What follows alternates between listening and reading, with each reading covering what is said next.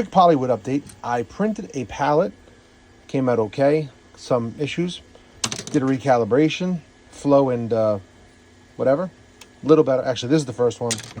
This is the second one. Looks pretty good. It's a wooden palette, PolyWood palette anyway. So I figured, why not print a magic wand, an extractable, extendable one. Yeah, that didn't work out so well. But that looks pretty damn cool. So back to the drawing board. Well, this one didn't work, but did this one. Let's check it out. Take it off the build plate. That looks okay. That doesn't, but let's see. Many little working and not so much. Got rid of some of the stringiness, and I was able to collapse 2 of the rings, just not the last one, but it works.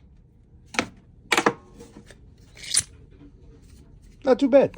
It was made with a PolyWood from Polymaker, and I have to admit, the detail is quite impressive. It's got a nice wood texture. I don't know how it sands, haven't tried it, but PolyWood, Polymaker, not too bad. What do you think? What should I print next?